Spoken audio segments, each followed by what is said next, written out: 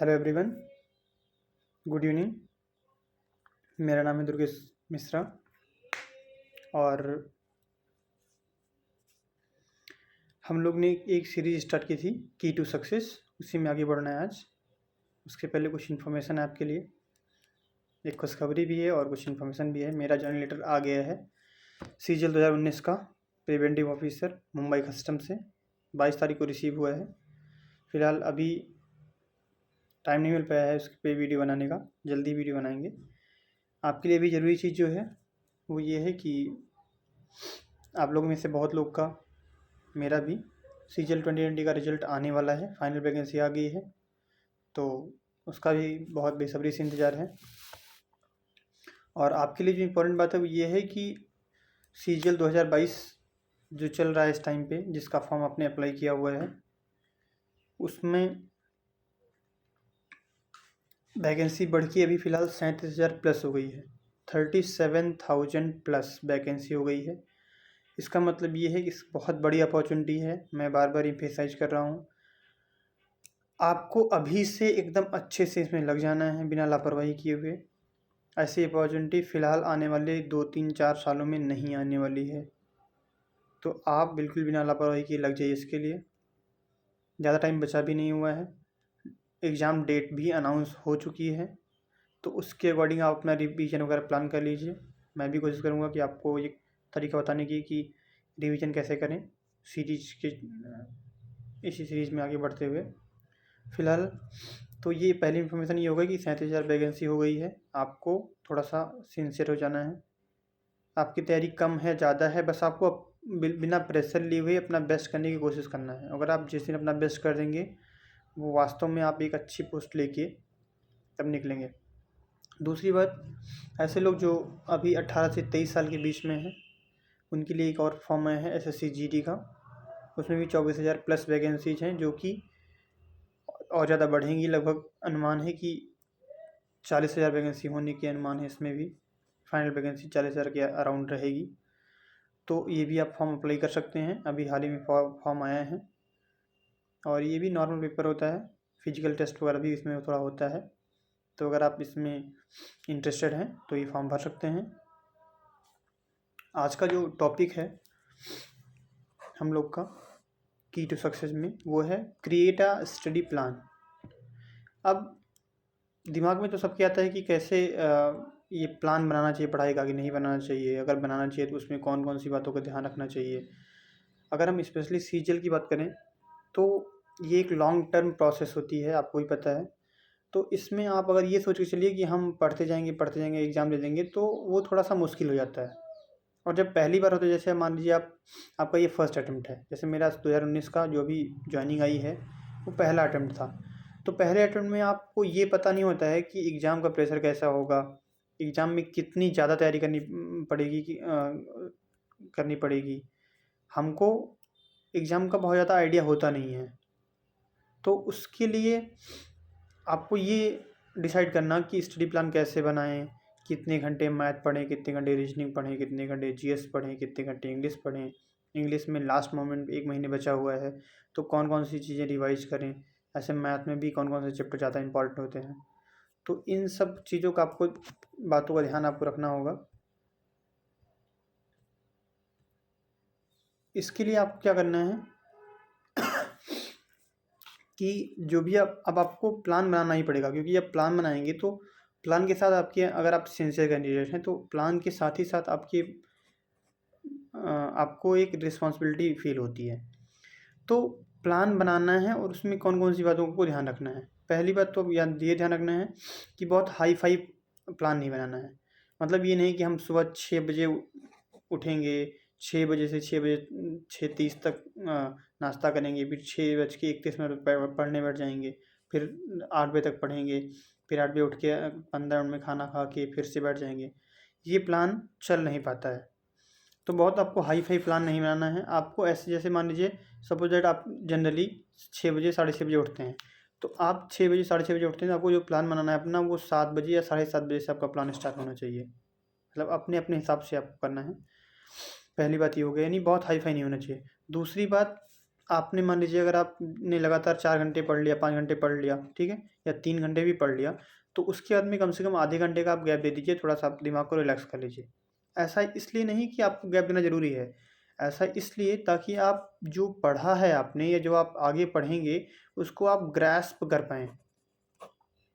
क्योंकि पढ़ना इम्पोर्टेंट नहीं है, आपके दिमाग में वो बैठ रहा है कि नहीं बैठ रहा है, ये बहुत ज़्यादा इम्पोर्टेंट है। तो आपको अगर आपने लगातार 3 घंटे 4 घंटे पढ़ाई की है, तो उसके बाद में आप आधे घंटे अगर गैप दे देंगे, तो थोड़ा-सा आपको रिलैक्स मिल जाएगा। और दूसरा फ़ायदा क्या होगा, आप जो भी चीज़ पढ़े होंगे वो दिमाग में आपके बैठ जाएगी, और जो पढ़ेंगे दूसरी चीज़ आगे आने वाले टाइम में, वो आपके दिमाग में बैठेगी और आप उसको अच्छे से ग्रैस्प कर पाएँगे। तो पहला काम आपको क्या करना है, बहुत हाई-फ़ाई नहीं बनाना है, प्रॉपर गैप मेंटेन करना है, और बहुत प्रेशर लेके नहीं पढ़ना है। बस आपको ध्यान नहीं रखना है, जैसे मान लीजिए एक दिन आपने 8 घंटे पढ़ लिया, तो ज़रूरी नहीं अगले दिन भी आपको 8 घंटे ही पढ़ना है। हो सकता है आप काम हो, आप 6 घंटे पढ़ लिए, कोई प्रॉब्लम नहीं है। आप जितने 8 घंटे में पढ़ेंगे उतना आप 6 घंटे में भी थोड़ा-सा स्पीड से पढ़ के कर सकते हैं। बस ये नहीं कि आप रोज़ नॉर्मली आप 8 घंटे पढ़ सकते हैं और आप 6 घंटे पढ़ें, 4 घंटे पढ़ें, ऐसा बिल्कुल नहीं है। जिस दिन आपको टाइम मिला आप 10 घंटे पढ़ लीजिए, किसी दिन टाइम नहीं मिला 4 घंटे ही पढ़ पाए, किसी दिन टाइम कम मिला 2 घंटे पढ़ पाए, कोई प्रॉब्लम नहीं है। बस कोशिश ये कीजिए, ये जो 8 घंटे हैं, 6 घंटे हैं, 4 घंटे हैं, 3 घंटे हैं, ये ज़ीरो में तब्दील ना हों। कुछ ना कुछ आप ज़रूर पढ़िए अपने सिलेबस से रिलेटेड। अगर आप ऐसा करेंगे तो आपकी जो तैयारी होगी वो बहुत आसान लगेगी आपको। कुछ दिन में 2, 3, 4 महीने, 6 महीने में आपको लगेगा कि जो चीज़ें हैं वो बहुत क्यों? क्योंकि चीज़ें रिपीट होती जाती हैं।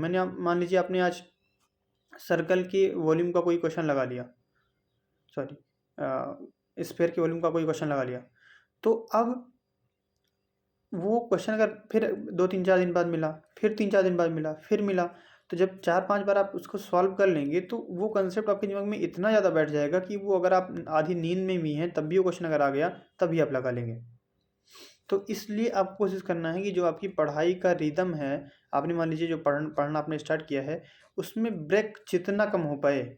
कभी ब्रेक हो गया तो ये भी नहीं है, कुछ लोग क्या कहते हैं, अब आज तो पढ़ाई हो नहीं पाई, आज तो आधा टाइम चला गया है, आधा टाइम जो बचा है वो भी एंजॉय करते हैं, कल से पढ़ना स्टार्ट करेंगे। ये आपको बिल्कुल भी नहीं करना है।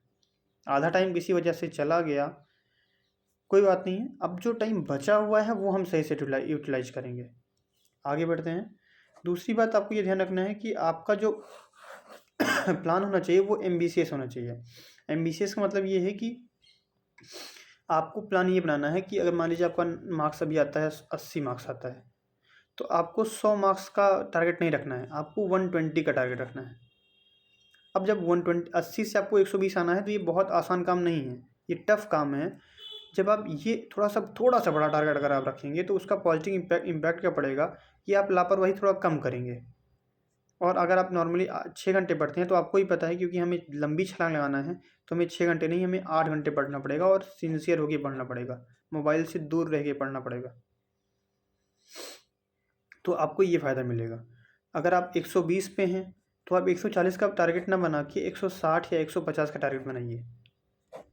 हम 120 से 180 नहीं बता रहे हैं, हम आपको 120 से 150 या 160 की बात कर रहे हैं। ऐसे 80 से 150 नहीं बोल रहे हैं, 80 से 120 का बात कर रहे हैं, जो कि आप कर सकते हैं अगर आप मेहनत करेंगे तो आपको दूसरी बात क्या रखना है, मतलब कि बहुत छोटा टारगेट भी नहीं रखना है जो आप बहुत आसानी से अचीव कर लेंगे, जिसमें आपको मेहनत न करनी पड़े। जब आप मेहनत करेंगे तभी कुछ आपको एक्स्ट्रा मिलेगा। तो इसका मतलब क्या हुआ, मेहनत करने के लिए आप खुद अपने दिमाग को धक्का देना पड़ेगा, समझाना पड़ेगा कि हमें थोड़ा एक्स्ट्रा मेहनत करनी पड़ेगी। क्यों? क्योंकि हमें एक लंबी छलांग लगाना है, हमें 100 से 120 पे नहीं जाना है, 100 से 140 पे जाना है, 120 से 150 या 160 पे जाना है। ठीक है, दो बात ये हो गई। तीसरी बात फिजिबल। अभी आपको तुरंत लगा होगा कि हम 80 से हम 120 की बात कर रहे हैं, 120 से हम 150 की बात कर रहे हैं, ना कि हम 80 से 180 की बात कर रहे हैं। क्यों? क्योंकि ये फिजिबल नहीं है। आप एक महीने में 80 से 180 नहीं पहुंच सकते, क्योंकि आप रोबोट नहीं हैं। आपका भी दिमाग है, आपके पास भी 24 घंटे हैं, और 24 घंटे में आपको सोना भी है, खाना भी है, और भी चीज़ें करनी है, क्लास भी लेना है, ठीक है, और ख़ुद से भी पढ़ना है, तो घर की भी रिस्पॉन्सिबिलिटी है। तो बहुत चीज़ें होती हैं, तो आप ये भी नहीं कर सकते कि आप बहुत लंबी छलांग लगा लेंगे। हाँ, बस जितना पॉसिबल है कि हमें 80 से 120-30 पहुँचना, ये फिजिबल है। तो आपका जो टारगेट होना चाहिए, चाहे वो शॉर्ट टर्म हो या लॉन्ग टर्म, वो फिजिबल होना चाहिए। फिजिबल मतलब जिसको हम प्राप्त कर सकें। प्राप्त करने योग्य यानी कि फीजिबल। ठीक है, ये होना चाहिए। दूसरी बात ये है कि आपको ये नहीं करना है कि हमारा मॉक में अभी नंबर 80 आ रहा है, दूसरा मॉक में लगाया उसमें 100 आ गया, फिर मेरा नाम 70 आ गया, फिर मेरा मॉक में नंबर 90 आ गया। अब यहाँ पे आपको पूरा मॉक ध्यान नहीं देना है अभी फ़िलहाल के लिए। अभी आपको क्या फोकस करना है कि सब्जेक्ट वाइज मैथ में, रीजनिंग में, इंग्लिश में, जीएस में यहाँ मेरा इम्प्रूवमेंट कहाँ कहाँ है। मैथ में भी किस चैप्टर में या किस पोर्शन में हमें प्रॉब्लम हो रही है, कौन से क्वेश्चन हम बार बार गलत कर रहे हैं, अगर गलत कर रहे हैं तो उस कंसेप्ट को कौन सी बुक में मिल जाएगा, किससे समझ लें कि वो समझ में आ जाए, इस पे फोकस करना है। जब आपका सब्जेक्ट वाइज प्रिपेयर अच्छा हो जाएगा तो ओवरऑल मार्क्स तो बढ़ेंगे ही बढ़ेंगे।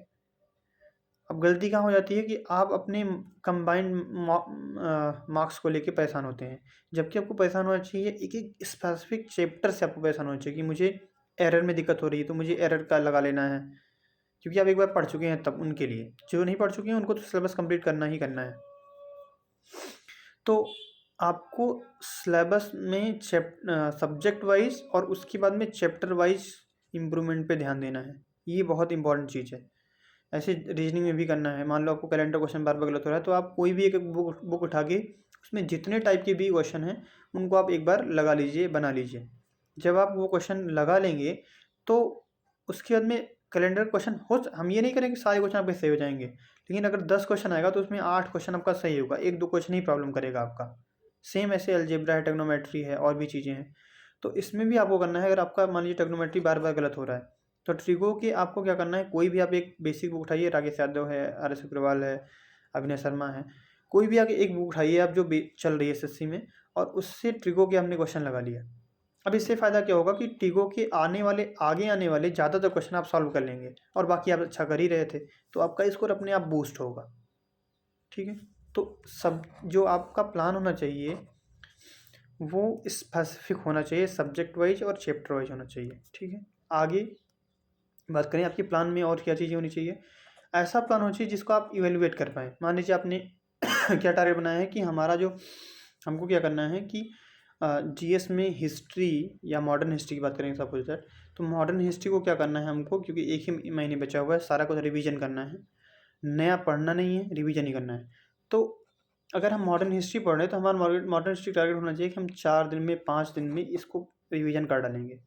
अब ज़रूरी नहीं कि आप 4-5 दिन का टारगेट बनाते हैं तो 4-5 दिन में ही हो जाएगा। हाँ, लेकिन ये ज़रूर है, अगर आप अपने दिमाग पे जोर डालेंगे, थोड़ा-सा सिंसियर रहेंगे, तो ये 4-5 जगह पे 6-7 दिन में, 8 दिन में हो जाएगा। जबकि अगर अब ये टारगेट आप नहीं बनाएंगे तो यही जो 4-5 दिन की चीज़ है, यही 10 दिन, 12 दिन इतना लग जाएगा आपका। तो प्लान बनाने का ये फ़ायदा होता है। दूसरी बात आपको ध्यान रखना है कि आपको जो टारगेट आपका होना चाहिए वो पॉसिबल होना चाहिए, यानी कि वो उसको हम अचीव कर पाएँ, पहली बात। दूसरी बात, वो ईजी टू टफ होना चाहिए। मतलब पहले दिन ही आपको टारगेट नहीं बनाना कि आज हम एक मैथ के 500 क्वेश्चन लगाएंगे, नहीं। अगर आप एकदम न्यू कमर हैं तो आपको पहले 50 क्वेश्चन टारगेट बनाना है, फिर इसी में थोड़ा थोड़ा ऐड कर दीजिए, 5 क्वेश्चन ऐड कीजिए, फिर 10 क्वेश्चन ऐड कीजिए। तो दूसरे दिन भी नहीं, 4-5 दिन बाद आपने 60 क्वेश्चन लगाना स्टार्ट किया, फिर आपने 4-5 दिन बाद उसके 70 क्वेश्चन लगाना शुरू किया। थोड़ा थोड़ा जब आप अपनी कैपेसिटी बढ़ाएंगे तो आपको टफ भी नहीं लगेगा और बहुत आसानी से आप सॉल्व करेंगे। अदरवाइज़ अगर आप मैंने टारगेट बनाया कि हम 500 का टारगेट हमने बना लिया, आज हम 500 क्वेश्चन मैथ का लगाएंगे, और आपने 50 भी नहीं लगा पाया, तो आपको लगेगा कि आपसे ये हो नहीं पाएगा, जबकि ऐसा बिल्कुल भी नहीं है। जो स्टार्टिंग में आता है वो 50 क्वेश्चन ही लगा पाता है, 40 क्वेश्चन ही लगा पाता है, 30 क्वेश्चन ही लगा पाता है। बस उसी को थोड़ा थोड़ा इंक्लूड करना है, बढ़ाना है। समझ में ये बात? आगे बढ़ते हैं। दूसरी बात आपको ध्यान नहीं रखना है कि जो भी आपका टारगेट होना चाहिए, चाहे वो लॉन्ग टर्म हो या शॉर्ट टर्म, वो रिलेवेंट होने के साथ ही साथ प्रीवियस ईयर क्वेश्चन पे बेस होना चाहिए। क्योंकि मार्केट में इतने ज़्यादा मटेरियल अवेलेबल हैं कि आप ये डिसाइड, जो नए बच्चे हैं जिनको थोड़ा एक्सपीरियंस कम है अभी, उनको दिक्कत यहाँ पे होती है कि वो ये डिसाइड नहीं कर पाते हैं कि हम कौन सा मटेरियल लें। अब उसके लिए उनको क्या करना पड़ेगा, आपको क्या करना पड़ेगा कि या तो कोई बहुत अच्छे से गाइड कर रहा है उससे आप कनेक्ट कीजिए खुद को, या फिर आपके लिए सबसे अच्छा तरीका मुझे जो लगता है कि आप प्रीवियस ईयर पेपर को सॉल्व कीजिए। जब आप इसके पहले मेरा जो वीडियो था वो इसी पे था। तो प्रीवियस ईयर पेपर जब आप सॉल्व करेंगे तो आपको ये पता चलेगा कि हाइट एंड डिस्टेंस से, वर्क एंड टाइम से, स्टडी से, इससे किस टाइप के और कितने टफ क्वेश्चन पूछे जाते हैं। तो आपको रिलेवेंसी का पता लगाने के लिए सबसे अच्छा आपके पास बेस्ट तरीका है कि आप प्रीवियस ईयर पे, चाहे वो मैथ हो, रीजनिंग हो, जीएस हो, इंग्लिश हो, सबका, क्योंकि आप अगर सोचें हम सब कुछ तैयार कर लें तो ऐसा पॉसिबल बिल्कुल भी नहीं है। कोई भी ऐसा नहीं है जिसको जो सब कुछ तैयार कर ले। तो आपके एग्जाम में क्या सीजीएल में क्या पूछा जाता है, किस लेवल का पूछा जाता है, कितनी कैलकुलेशन होती है, उसको आपको ध्यान रखना है और उसके हिसाब से तैयारी करना है। अगली नेक्स्ट बात क्या कराएं, तो अगली बात आपको जहाँ ध्यान रखना है वो टाइम बाउंड आपके पास होना चाहिए। मतलब ये कोशिश आप कीजिए, क्योंकि आप अगर आप 10 दिन का प्लान बनाएंगे तो वो 12 दिन 15 दिन चला ही जाएगा। सबके साथ ऐसा होता है। हम भी कोशिश करते थे कि मान लीजिए 1 महीने में मुझे ये चैप्टर कंप्लीट करना है, चाहे वो पढ़ने में या पढ़ाने में। तो होता क्या था, वो 1 महीने में तो नहीं होता था, लेकिन 1 महीने 5 दिन 10 दिन में हो जाता था। लेकिन अगर वही टारगेट ना बनाएं तो वो 1 महीने की चीज़ 2 महीने में लगती थी। तो आपको कोशिश ये करना है कि आपने कोई टारगेट मान लीजिए बनाया है कि हमें ये जो चैप्टर है वो 2 दिन में ख़त्म करना है या 3 दिन में ख़त्म करना है। तो जब आप 2 दिन 3 दिन का टारगेट बनाएंगे वो तो 3 4 5 दिन में वो ख़त्म हो जाएगा। जब टारगेट नहीं बनाएंगे तो वही चीज़ 6 दिन 7 दिन 8 दिन ले जाएगी आपका। तो आपको टाइम बाउंड भी करने की कोशिश करना है, जो कि फीजिबल होनी चाहिए। आगे बात करें अगर, तो आपका जो गोल होना चाहिए, जो पढ़ाई का स्टडी प्लान होना चाहिए, वो लॉन्ग टर्म भी होना चाहिए और शॉर्ट टर्म भी होना चाहिए। इसका मतलब ये है कि मान लीजिए दिसंबर में आपका एग्ज़ाम है फर्स्ट वीक में, तो आपको जो रिवीजन का टारगेट रखना है वो 15 नवंबर 20 नवंबर ही रखना है।